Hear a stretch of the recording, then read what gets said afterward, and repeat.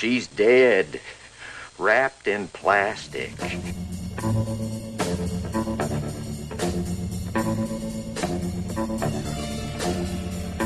Damn good coffee, and hot. Black as midnight on a moonless night.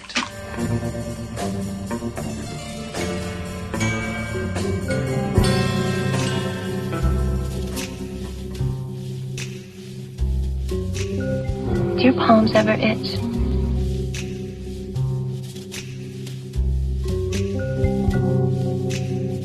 One day, my log will have something to say about this.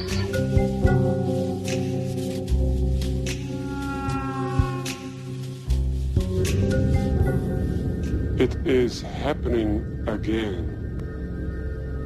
It is happening again. Welcome to this week's episode of the Twin Peaks Log with your host Mark and Becky. Hi, Becky. Hello. So, episode 11. Wow. It's really shooting by. This one had the title, There's Fire Where You're Going. Interesting. It's a bit of a spoiler, I suppose, but, you know, anyone listening to this gets spoiled. Again, it's a quote from The Log Lady, which it was last week.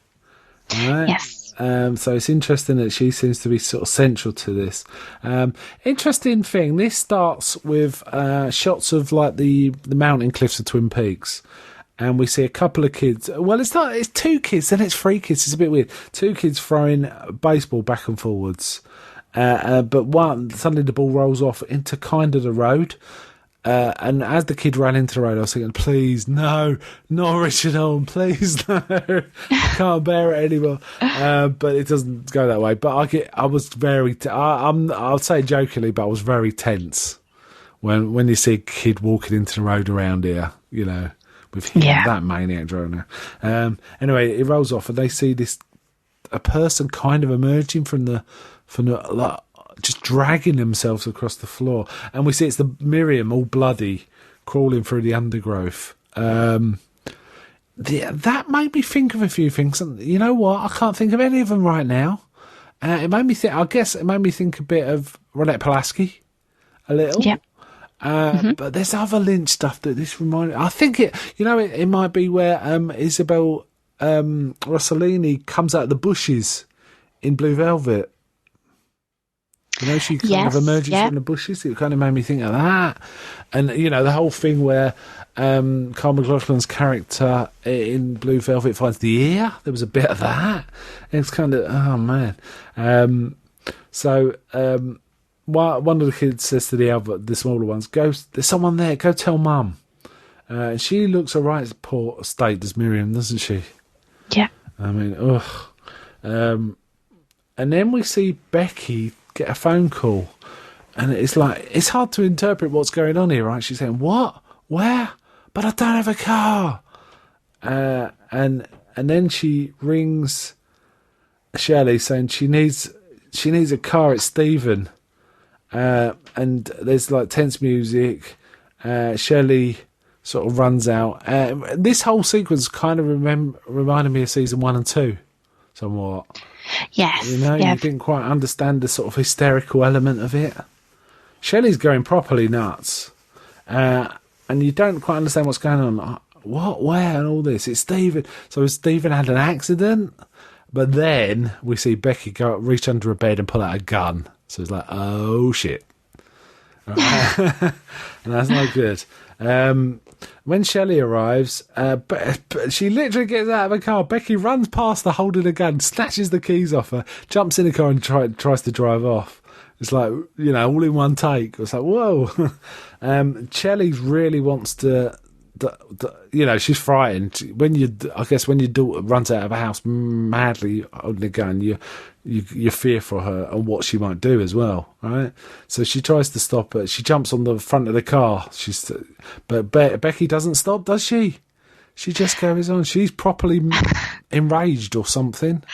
Well, I thought she was high. I mean, that's her mother on the bonnet of the car. Yeah, it could be that. It could be. Yeah, I think that's a good interpretation. Didn't occur to me. Still, I mean, this episode sets you off on the other foot right away because I thought Miriam was dead. Yeah. completely. Yeah, So to so see her, open that up, that was a shock. So- and then I thought that Becky had killed Stephen already, and that's why she was calling him mum. Oh, I didn't. It didn't. I thought an accident happened to Stephen or something like that, or he'd been run over or something. I don't know. Anyway, it wasn't that. She got a gun, right? So she basically she turns the wheel while driving fast, such that Shelley gets thrown off the bonnet, doesn't she, onto the grass. Luckily, it's a grass verge. I noticed in all of this that Shelley was wearing red shoes as well. I love it. Red shoe town, yeah. But Cole emerges and helps Shelley out and asks if she's okay. And she says to Cole, "Could you give me a ride to the Double R?" And he's like, "What happened?" And she says, "Becky and Stephen are fighting again."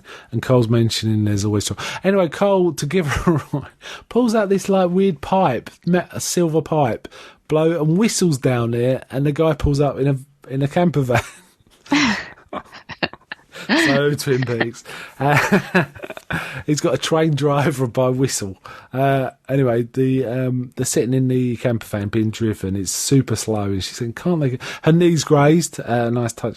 And she's saying, "Can't they go faster?" And she goes, "We want to get there in one piece." Proper old dude kind of attitude. Cole says there's been trouble at the trailer. Shelley not sure what to do, so she actually rings Norma and says, "What shall I do?" All right, it's clear that Norma's a mother figure to Shelley, right?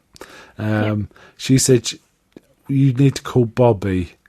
So it's like, so Becky's Bobby's daughter, right? We find that out, and then Cole does his CB. He uses his CB to call the sheriff's office, Maggie, and the sheriff's office, right? Saying that she's got Shelley Briggs there. So here we find out Shelley and Bobby married. Yes. No, I think it becomes clear as the episode goes on, they're not married anymore. Mm-hmm. So there you go. Well, that resolves that little mystery. And they can patch her through to Bobby via CBs. No, forget about mobile phones, it's CBs. So Shelley tells Bobby what's happened and says she's got a gun, she took my car and all this. So Bobby's like, Then we see Shelley arriving at a building complex, and we see a staircase. It's the old Twin Peaks staircase, right? That gives you a bit of a right? Does it to you? It does to me. When I see a staircase in Twin Peaks, like, trouble. Yes. She runs up the stairs to room 208, banging on the door, and the woman next door pops her around and says, "They've gone away. There's no one there." And Shelley just pulls the gun out and unloads through the door. So she could be killing people, right? That's what she knows. It's pretty bad, right? It is. And then we see Stephen and a woman hiding at the bottom of a stairwell, just looking up. So, stairwells looking up. It's never good.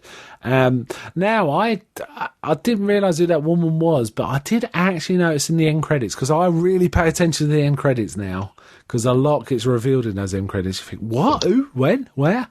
And credited is Alicia Witt as Gersten Hayward. Oh, wow. You know, the ginger-haired girl who did the piano stuff? Yeah. And that's her. She's the one with Stephen. It's really bringing all of the original. No, I didn't realise who it was, and then it was like, first it was kind of a process of elimination. I thought, well, what? Kirsten Hayward wasn't in it, and I watched it again, and I thought the only one I can think she could be is that one. And then I checked, I googled to see if anyone had any info, and it was Kirsten Hayward. So it's her. So the Haywards are around. Well, we knew that Doc Hayward was still around, but yes.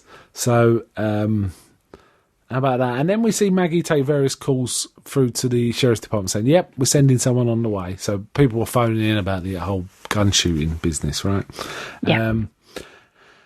Then we see, do we see a car pull up again, the credit, Buckhorn, South Dakota. It's like a disused car yard. There's like metal containers and old, like disused buildings, single-story buildings. It's like some sort of yard, business yard, right? Yeah. Detective Mackley's in the car with Bill Hastings, and Cole, Tammy, Albert, and Diane are in another car. Diane gets out and says something like, "This is where I have a cigarette," or something like that, and she just lights up.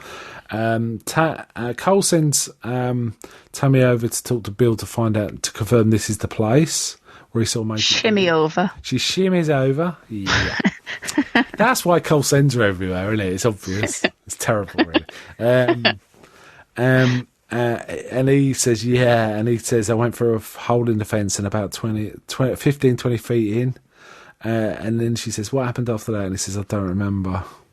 And interestingly, we see one of the Dark Woodsmen kind of emerge from one building and then go behind another.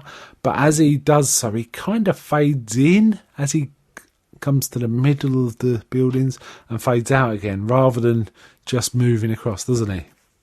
Yes, and this was A, really creepy, B, very much reminded me of Mulholland Drive, and the person behind the dumpster.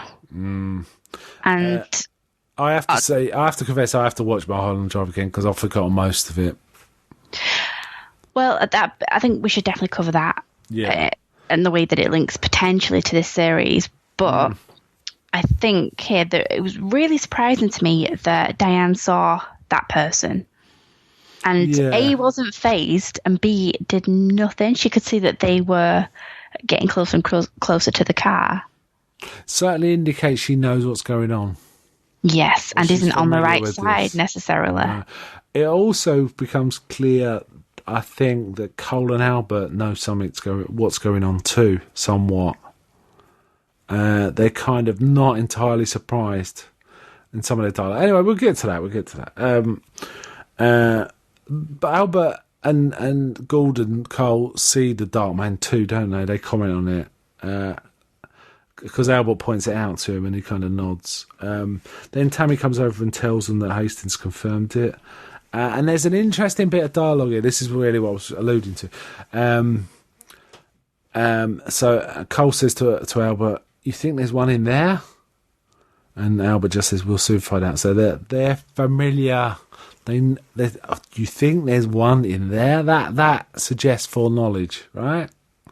Strongly. Well, it is foreknowledge. They know they've encountered something like this before. But they've got their guns drawn. So, which indicates a sort of corporeal rather than this weird other dimension stuff. And they even say, cover us, Tammy, and she gets her gun out too. So they've got guns ready. Cole and Albert go through the fence, and then we get some weird sound and visual effects, don't we? The sound becomes like cracking in an electricity. Albert stops and Cole walks on. And it looks like that's a manoeuvre that they are prepared with. Maybe. I don't know. It was was it casual? Was it, that's how they're going to do this? So there's one at a certain distance from the other. What do you think? Yes and no. I don't. It's a really strange scene, and it obviously we've had the scene already where Cole saw Laura. Yeah. So that got me thinking, was Cole, we've seen, and I've mentioned this before, but how several different characters seem to be psychic or have some kind of psychic ability. Is he one of those people? Yeah, it's possible. However, as Cole walks on, Albert's looking at Cole and he's seeing a weird effect, isn't he? He's seeing like Cole appear all kind of out of focus and juddery, almost like he's watching a film of Cole that's going for a projector incorrectly, kind of. True, but the other interesting thing is that when Cole did see that vision of Laura, it was actually Albert standing outside the door. Yeah. So it's as though they both kind of connected. Are they both connected because of, with Major Briggs and Cooper, their journey and what happened with Leland in that room? And we have that wonderful scene afterwards. Well, they're just sitting around. Yeah, that they're touched by this now and they're affected. It's possible, Maybe. yes. Yeah. That's what I was thinking. I might be way offline there, and it seems like he's grounding. It seems like Cole is more strongly affected, maybe, and that it's actually Albert who's grounding him because he pulls him out, doesn't he? Possibly, but also the distance has a clear effect, right? Tammy can see pretty much nothing other than the two men.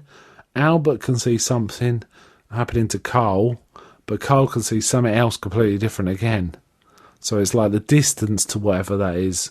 There's a thing in Stephen King's works, I think in the Dark Tower series, where he talks about this weakness between dimensions where you can move between them. He calls it a thinny. And I always think of that when we see scenes like this. It's almost like they've got to a point where they can see through dimensions. But the closer you move to it, the more profound the effect is. You know, you experience it more profoundly, you know, as if you're going into it, as it were. Yeah. So I think from this scene, it appears that distance seems to be a thing rather than personal ability. But it could be a bit of both, right? Yeah, definitely.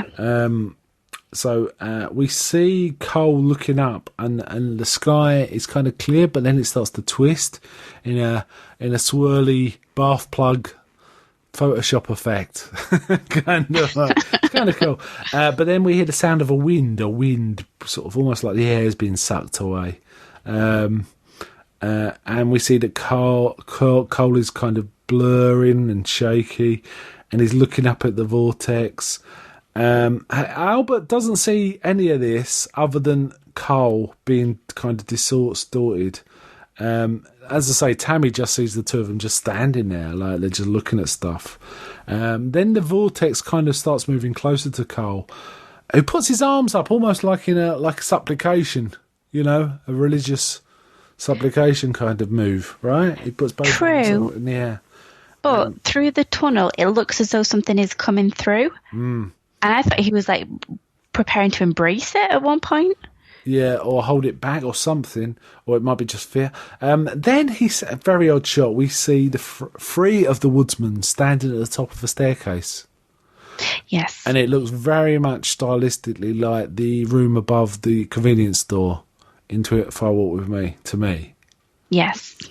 We see him very briefly, and I didn't actually freeze it, but we see those guys very briefly. But it's enough to know they're at the top of a staircase. Odd choice of location, right? A staircase suggesting they might be coming down the stairs. Yes. A very odd choice rather than, say, a room. You know, we've dealt with rooms, haven't we, in the past? Well, I took it that... Totally, but I took it that the house, the building in front of them, if they were to enter the building, they would be going kind of passing through. Right, and they were inside the building, if that makes sense, any sense at all. Yeah, but that Cole was on the outside, but they were inside a place, weren't they, on that staircase? That's what I mean, inside the house. Yeah. I see. As if that was a different dimension. A bit like the TARDIS. Do you know what I mean? Albert sees him step forward, and then he sees like flames superimpose himself over Cole, right? And then Cole seems to start blinking in and out of existence. So Albert kind of grabs forward, pulls him back. And they kind of look at each other. Albert says, "I guess we found out." And Cole's like, "We sure did, Albert." So, like, the effect, whatever it was, has kind of disappeared now. Just the act of Cole moving backwards has dispersed it, I think. And then they notice there's a naked, headless woman lying on the ground nearby. As you do. Which, again, made me think of Blue Velvet, the ear, you know, that kind of thing. So they go and look at this woman. Diane's still smoking. But we think that she it's hard to tell at this point. We're not sure, but she may or may not see one of the Blackened Woodsmen moving between buildings. It's kind of, we see a shot of her looking, and then we see a shot of him move, and then back to her looking. So it's kind of hard to tell if she's just... It's cut. I thought she did. Yeah, I think she did too. Anyway, Albert notices there's like symbols written on her arm, like coordinates maybe, which it relates to what Bill Hastings was talking about in the earlier episode, wasn't it? About, she wrote the coordinates on her arm. They photographed the woman, they photographed her arm. And then we see one of the Black Woodsmen creeping towards the car where Bill Hastings is. Now, Detective Mackley's still in the car, but at the front, and Bill Hastings in the back. Diane definitely sees this. I think you see an over-shoulder shot from her point of view of the man creeping towards, and then we see it cut to her face. So I'm pretty sure that Diane, it's intended for us to know that Diane saw that. She's approaching the car. She sees him approaching the car. There's very ominous music at this point, right? Yes. Strings, like not psycho-y, but string music. That's and then we hear a weird crunch, squelch from the back of Mackley's car, and blood spurt across his face and his head. And we see Mackley get out and start screaming. He says, "What? And he starts radioing for backup, and we're not quite sure what happened. Then then it cuts to Bill Hastings, and the top half of his head's gone, pretty much, isn't it? Like he's bitten off or something." In a very similar way to the two, what's he called, Sam? Couple. Yeah, the way that they were killed and what was left of their bodies. Yeah, indeed. Very sad to see Bill Hastings go. I was really upset. I thought of you, actually. I thought you would Matthew be. Lillard should have been in it, but this is how the story, right? So his head's gone. When they, Mackley's phoning, calling for help and backup and all this, and Gordon Cole looks at him and says, "He's dead." And Tammy's like, she does a proper Scully-like eye roll. He was like, and then we cut to Bobby, Shelley and Becky sitting in a diner. Shelley's quite upset. Becky's there. Bobby's got a very concerned face, right?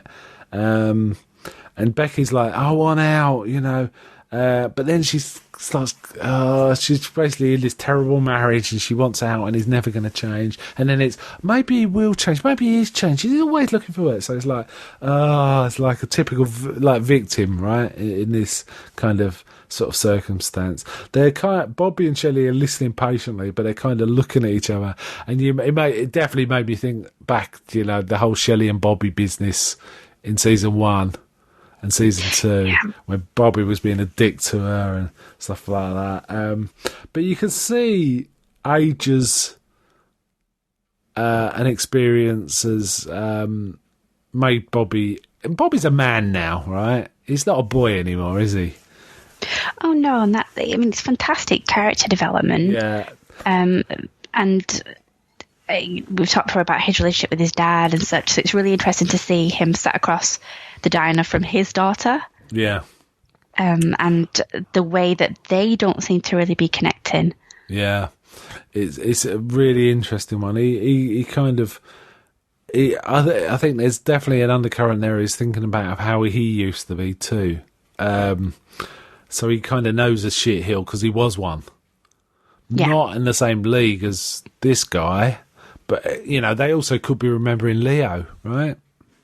Complete, and even her, she's taking drugs. She's completely doesn't understand that this is not a good it's an abusive relationship, and it's trying to, again, there doesn't seem to be any connection between them. He's very not cold, but he seems very distant. Yeah. And the only time that they really seem to gel and connect is when Shelley's new boyfriend, I believe, turns up, and she can see how much that affects Bobby. Yeah. And that's the only glimpse between them, for me, at that point, of some kind of understanding. Yeah, it's kind of sad scene, really. Bobby's basically saying the only reason you're not in jail right now is because I work for the sheriff's department. but you're going to have to pay for the damage in the door. And she's saying, I'm not paying for that. Anyway, I haven't got any money. And then Shelley says, I'll lend you the money. And she said, no, I can't lend any. Every time you lend me money, Stephen just spends it. So Bobby says, well, I'll loan it to you, but I want it paid back, kind of thing. But she keeps making excuses for him, doesn't she? He's going for a bad time now. And then she actually said he goes out for work, goes out every day looking for work, or at least I thought he was. It's like, well, and then Bobby asks this very pointed question, has he ever hit you? And she's like, no, he's not like that. And I actually believed her. I believed that he's not got to that point yet. And mind you, I think if he hit her, she'd probably shoot him. So maybe he's at least clever enough not to realise not to go that far. But Bobby then says, look, if he does anything wrong, if he steps out of line or does anything wrong again, I'm bringing him in. And at this point, I'm trying to think how it works out, but Becky finally realised what she did to Shelley and starts saying, oh, I'm sorry, Mum, are you okay? And it's like, whoa, that took a while to come out, didn't it? You know, throwing your own mother off the boot of a car. And which, again, makes me think that it's something to do with her still being a bit kind of on, experiencing the effects of the drugs. Yeah, but then the bit you already talked about, Red comes to the window and Shelley's like, cannot wait to get out there. She still likes the bad boys, right? That's kind of obvious to me. She's not weaned herself off of that. And that's probably why, when I have a strong feeling that when Bobby grew up, became more like a man than a boy, she lost interest. That's the kind of feeling I get from that whole thing. What do you think? Yeah, definitely. Because she's super happy to see Red. She's like really passionate, really into him. And she was very much like that with Bobby, wasn't she? She was super into Bobby and didn't care about like if Cleo killed them almost. I mean, she was frightened of Leo, but she wouldn't let her stop her having her fun with Bobby, right? No. She was so into Bobby back then. So there is that. She says to Red she'll see him later. But the thing is, she can't stop herself grinning. And you kind of feel bad for Becky's looking at Bob. He's like, and he's made to look a bit of a fool, really. A bit. Yeah.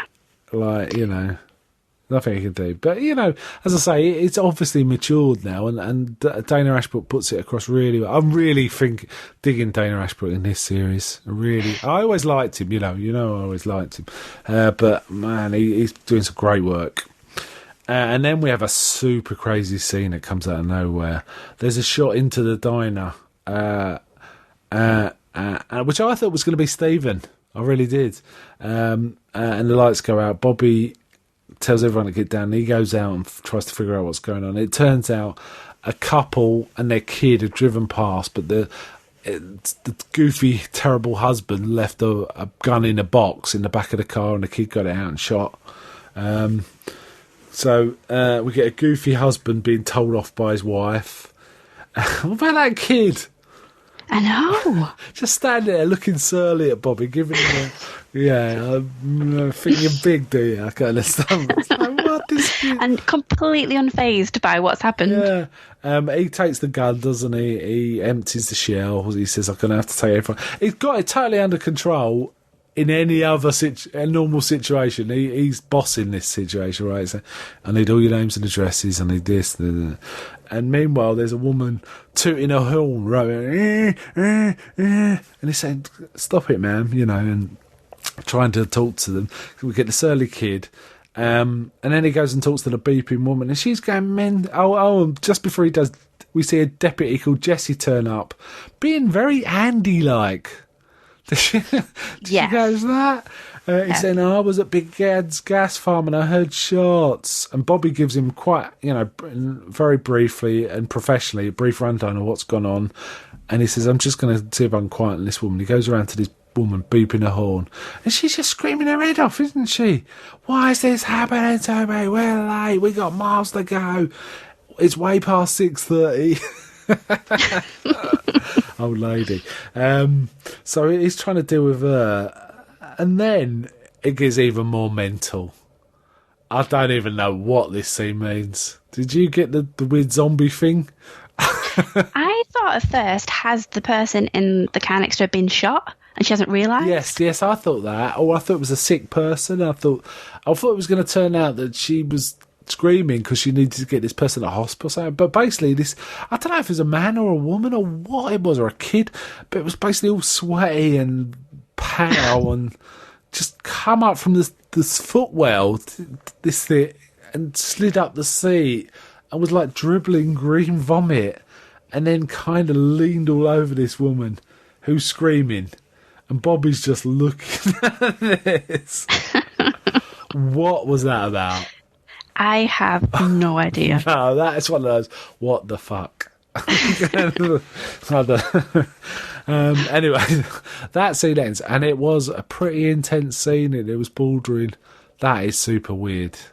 And Bobby had the whole situation under control, but every moment of it got weirder and weirder, didn't it? It never calmed down in any way. The surly kid, and it was almost like, this feels like a nightmare. And it does feel like one of Lynch's, where he basically does a waking nightmare kind of set portmanteau. And this felt like that. It did feel like someone's bad dream, didn't it? It really did. Yeah, completely. And then we cut to Hawk and Sheriff Truman sitting and working out coordinates where they're going. They're using like Google Maps, aren't they, or something like that? Yeah. And saying, this is where we're going. Colt pulls out this old map document thing and tells him it's an ancient document, and he unrolls it, and it's got the Twin Peaks mountains and some other symbols on, and he points out, he said, this one here is the Blue Pine Mountain where the Major worked.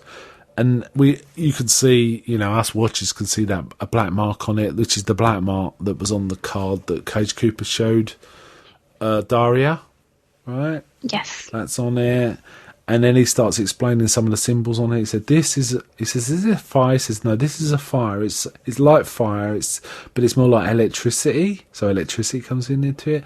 And he also mentions they've got these two dates, the 1st and 2nd of October. And he says, just what gestures at these like stars drawn on it. He says, "If you read these stars, that's the same day." It's like, yep.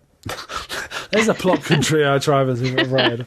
And then there's an interesting thing. There's black corn.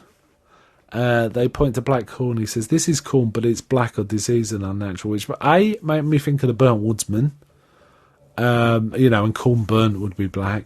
But it also made me think of Garmin Bozier. Yes, very much so. So it's like, what?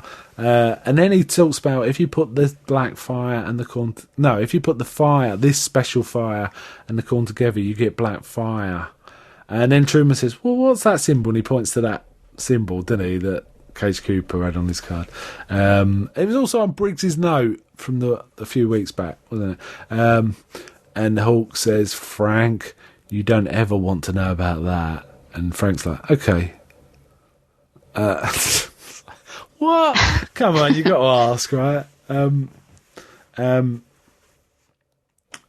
then Lucy calls in and says, for some odd reason, says she's thinking about furniture, which is weird because her and Andy are hardly ever at home, so she's still got furniture on the mind. Whatever.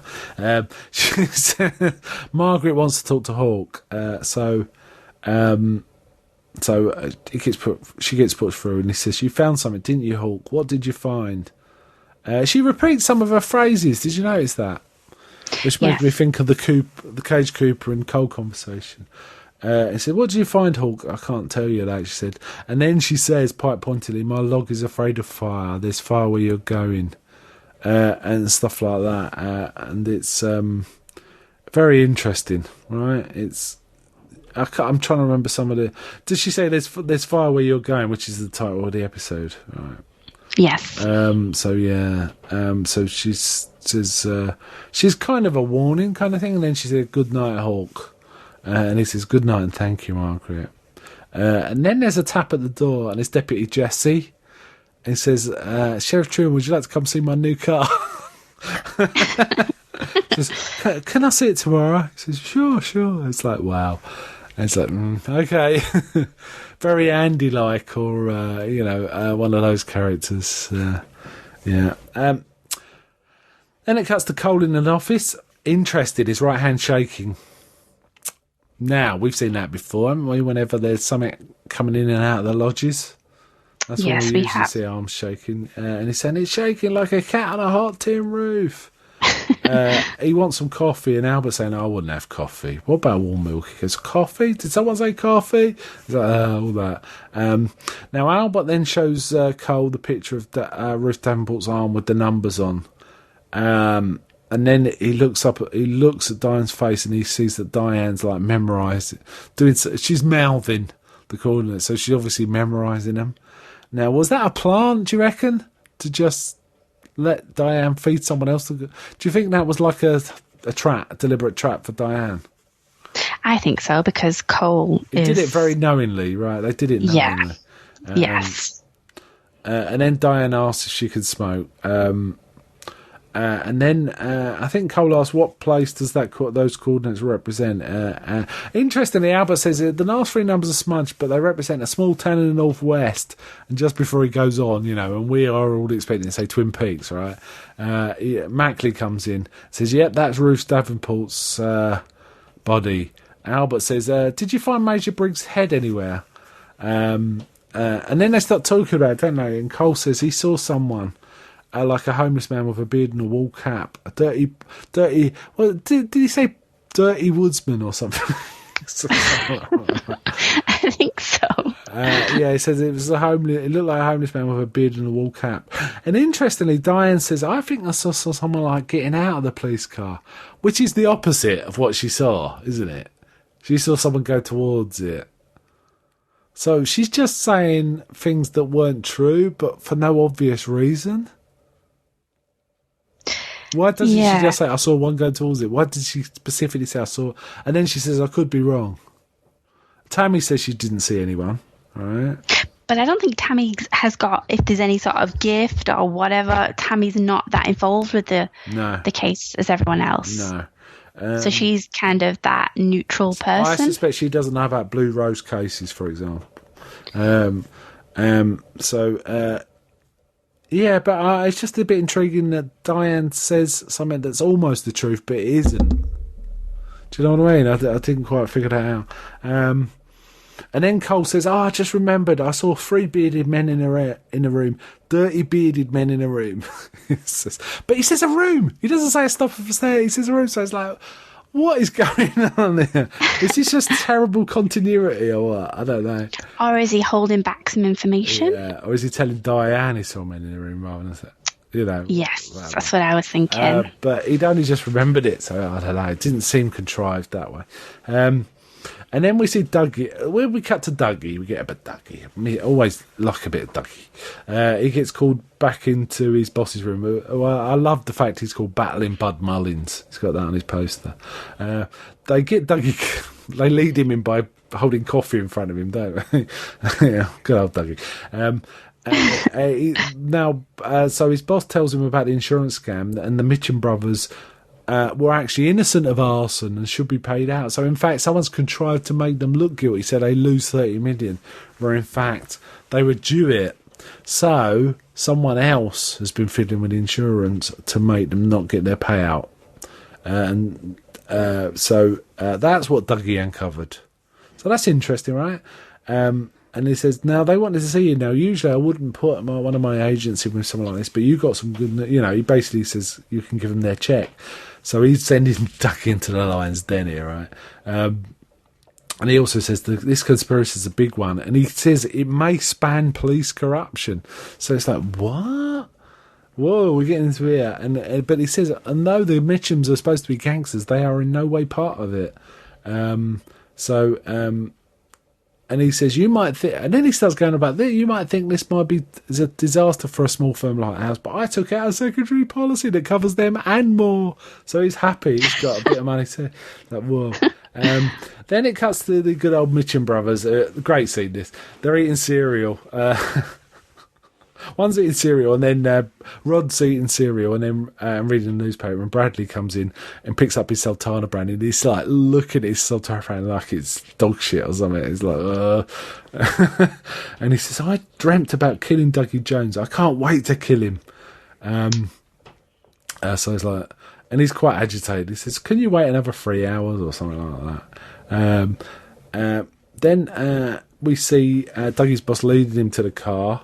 But as Dougie's looking around, he sees the one on mine like gesturing to come forward, and we see Dougie wander off. Dougie Cooper wander off, and his boss sees him going to a bakery. Next scene, we see him get into a car with a box. Dougie's got this box, and his boss says, "Knock 'em dead," and he says, "Dead." And it's the driver that found him in his red door when he won the jackpots, wasn't he? He says, red door. And then he's driving through Vegas, and we hear like a funky version, a mellow version of Viva Las Vegas, don't we? Which seems a bit out of place. And then we see the Mitchell brothers sitting in the car waiting. Bradley seems unsure himself. They say, what we got against this guy? He says, they took us for $30 million in the casino and $470,000 a casino win.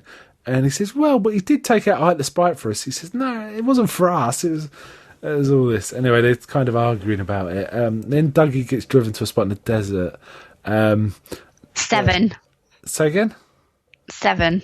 That's what was going through my head at this point. So, oh yes, good point. I was thinking, what's in the box? Desert, yeah, all that. So Dougie's getting driven there, and then Bradley starts remembering his dream. He goes, in the dream, your candy cut was completely healed. And then he says, and he starts reaching for plaster. He goes, get off. And he pulls the plaster off, and it turns out the cut's completely healed. It's like, whoa, what? And he's going, I know.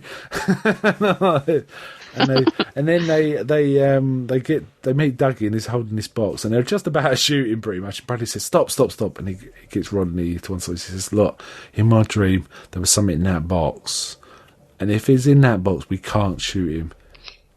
He means he's not our enemy. And he says, what are you talking about? He says, if there's something in that box and it's the thing I remember in my dream, we can't shoot him. And then he whispers to Rodney, and when they look in the box, there's a cherry pie, and there's a cherry pie in his drink, so they can't kill him. And it's like, what? He goes, well, frisk him, see what else got. They frisk him, they find a check for $30 million, and these guys are so happy, aren't they? I can't blame them, I'll be happy too. Then they shake his hand. The next scene, we see them all being palsy in a restaurant, right? And we get a guy playing the piano, they're drinking champagne. Dougie keeps trying to take theirs when they toast him, but they keep having to give him his own champagne. And for some reason, they're talking about gym sets. Every kid should have a gym set. How they got onto this conversation, I don't know, because Dougie doesn't talk, but there you go. Did you notice there was a bit where the piano's playing and Dougie, Cooper's sitting there, and suddenly the piano goes really slow, like time's changing, almost. Yes. And then an old lady comes in, all done up, and it's the big draggled old lady from the casino who he told her what ones to pull to win, right? And she sees Mr. Jackpot. She calls him Mr. Jackpot. She says, "Oh, Mr. Jackpot, you've changed my life. You've given me my life back. This is my son. He's back in town. I've got a place. I've got a little dog and this." And then she says, I'll bet he's back with all that money she's earned. Yeah, I'll bet. I was thinking that too, but I was thinking, Mark, you're so cynical. And then she says to the Mitchums, this man, Mr. Jackpot, is a special person. And they kind of go, yeah, he is, yeah. And then the girls, the 3 cocktail waitresses come in, and the pie comes up, and they start eating pie. Candy's still acting weird, talking about there's loads of traffic on the highway and all this. And one of the gangsters said, this pie's damn good. And then we see Dougie go, damn good. But he doesn't say it in a Dougie way, does he? He says it in a Cooper way. Did you notice that? Yes. So it was like, is this it? But it wasn't, was it? No. As far as we know, the scene. And so they toast again. Here's to the pie that saves your life. And they get Candy to give him another piece of pie. And then it's just the piano music out instead of the Bang Bang Bar. So this is, I think, the third time maybe we don't finish with the Bang Bang Bar. Because there was the one where he's just stroking the feet. And there was one... I can't remember. But there's been a few times it didn't finish on the Bang Bang Bar. But... or a band specifically, but this one, the piano just plays it. That piece of music is very nice. It was Badalamenti. What's his name? The composer. It does all the Twin Peaks music. Come on, help me out here, Becky. Badalamenti? Yep, that would be Angelo Badalamenti. Yeah, nice piece of music. Very nice piece of music. And then it ends. So yeah. We're into 11, so we've only got 7 left. We've got a little more plot development. In fact, quite a bit, actually, thinking about it. You know, we've got the vortex and Diane being a bit dodgy and Bill Hastings is up the spout now. And there's all sorts of weird stuff going on. And also the Mitchums are kind of not the bad guy, you know. Doug is their friend now, right? So he's got a bit of protection there. So didn't get any Janie E, did we, in this one? Shame. Yeah. But pretty solid episode. Any final thoughts before we score this one? Aside from the ending, with the Mitchell brothers, it really was, I think, my least favourite of the whole series. Really? Mm-hmm. Just because you felt it was a bit uneventful? Bit uneventful. There wasn't as much character development. I didn't feel as engaged throughout. For me, it was a real shame as well that Matthew Lillard's character went out in that moment, not after such one of his really emotional scenes. So it was a bit of an anticlimax for him to be, you know, sitting in the back of the car and we don't really get anything from him at all in this episode apart from his death. Yeah, it was a shame. That was a shame. Yeah, I don't think it would have had the impact it might have had, you know, if it had come on the back of one of the other scenes. My feeling on this one was a bit like my feeling for episode 9, which is it felt like a solid mid-season episode. Yes. That's how I kind of felt about it. I did like the Mitchum brothers stuff. I really did. Did I say Mitchell before? No, not the Mitchell brothers, the Mitchum brothers. I'm sure I said Mitchell. I thought you said Mitchum, but we'll go with Mitchum, right? When I'm talking about those. I'm really digging the Candy stuff as well. That kind of makes me laugh quite a bit. It's kind of got a Wally Brando feel to it, to me. It does, and do you know what? From thinking back now and seeing Red and such, the scene with her with the fly and the remote control and the way she moves reminded me of what you said about Red being in a body that he wasn't used to being in if he was a spirit inhabiting a body. So has she been? Yeah, it wasn't me that said that. It was Mike, just to give credit where credit's due. But yeah, that's a good point. Yes, she did move weirdly before she hit that fly, didn't she? Almost like an insect herself. Exactly, just the way and how strange her character's behaving. I'm thinking, is that going to be a much bigger plot point, maybe? I don't know. It'd be interesting if it was. I want her to meet Wally Brando and them to get married. And have children. And Richard Terrain be the officiator at the ceremony. Yes, that's what I want. Obviously no progress on the on Cooper coming back. No Dark Cooper in this one, right? No Cage Cooper in this one at all. Was he in the pit? Was he in the pit? I might be getting this confused with the last episode. But he didn't appear, did he, as a character in this one? So, yeah, interesting one. I feel like we should see a bit of the net tightening around Richard Horne. He seems to be running around doing what he likes with no interruptions. Yeah.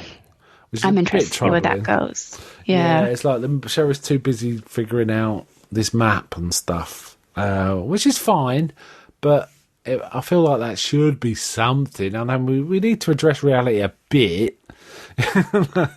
If you think within Twin Peaks and neighbouring towns, the emphasis on Laura's murder, that it was out of place in what the facade seems to be that it's a very idyllic, lovely place to live and such.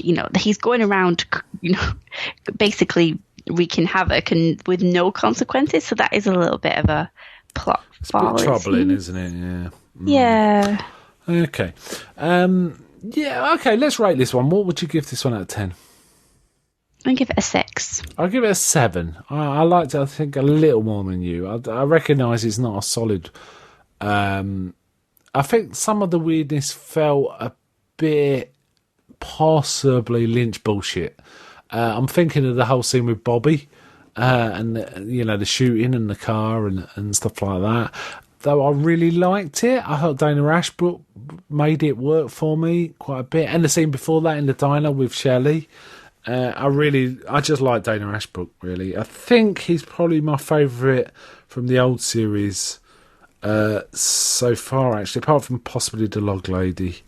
But he's done some solid work. He's very good character to have in this season 3, in my opinion.